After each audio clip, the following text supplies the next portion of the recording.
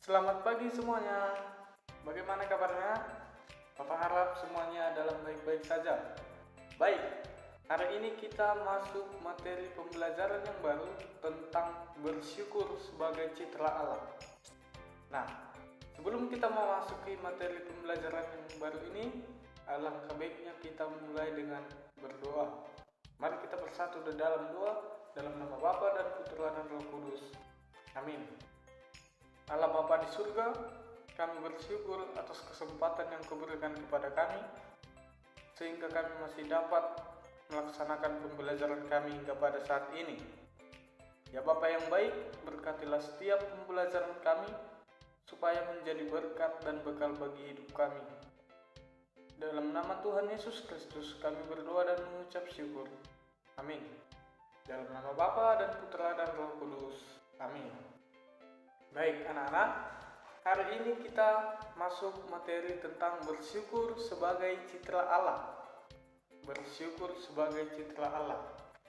Nah, pertama sekali kita mengetahui bahwa setiap manusia di dalam hidupnya selalu bersyukur. Nah, bersyukur seringkali diungkapkan oleh setiap manusia ketika harapannya atau hasil yang dicapainya telah berhasil, atau ia memperoleh anugerah, memperoleh berkat dari Tuhan. Nah, bersyukur. Seringkali manusia mengucap syukur dengan mengatakan puji Tuhan. Nah, puji Tuhan. Bahwasanya puji Tuhan ini sering kita dengar sejalan dengan menggembirakan sesuatu yang dialami oleh manusia, yang kita alami. Nah, contoh, puji Tuhan saya bisa lulus. Puji Tuhan saya sembuh dari penyakit, ya. Nah, baik. Kita sebagai umat, sebagai manusia citra Allah, mempunyai kemampuan serta keterbatasan.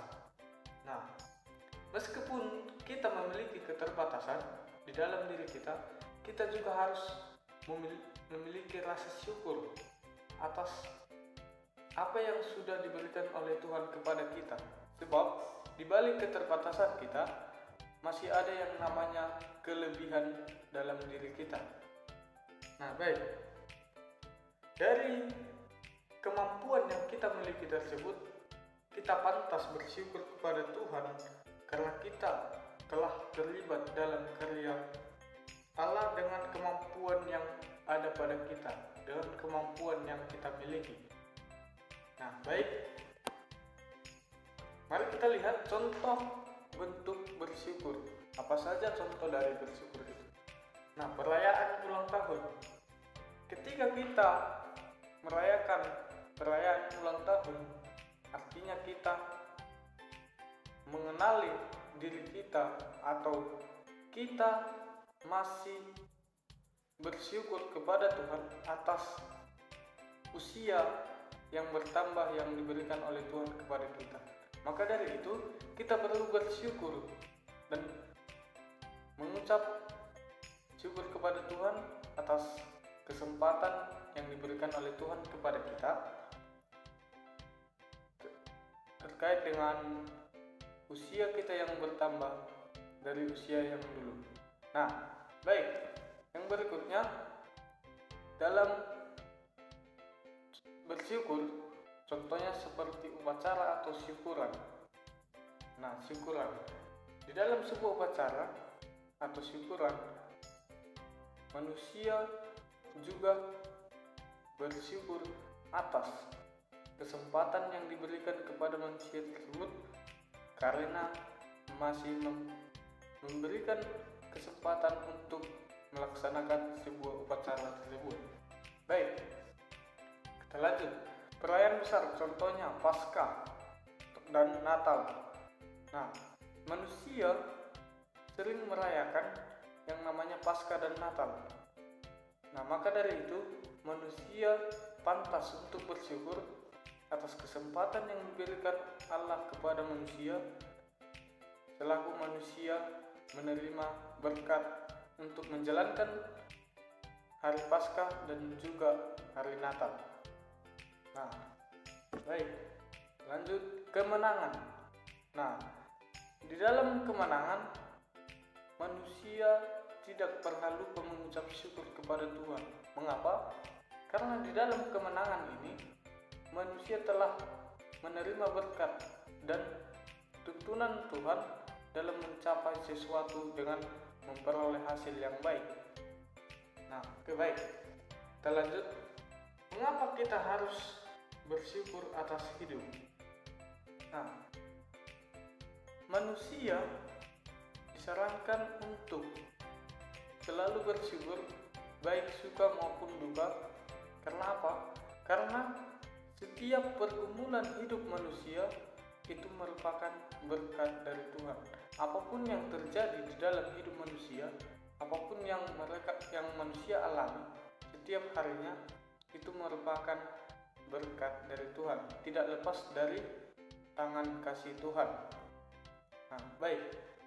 Mari kita lihat mengapa kita harus bersyukur?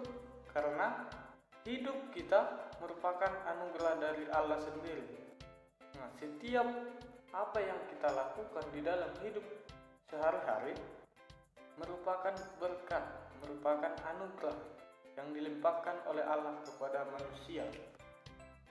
Nah, dikatakan bahwa hidup itu berharga.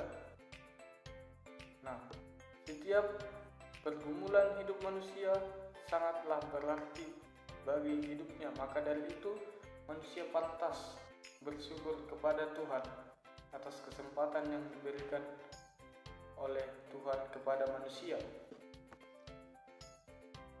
Nah, hidup itu merupakan hak dasar. Nah, kehidupan manusia adalah dasar yang menjadi perjalanan kehidupan atau aktivitas manusia setiap harinya. Nah, hidup itu juga dikatakan sebagai citra Allah.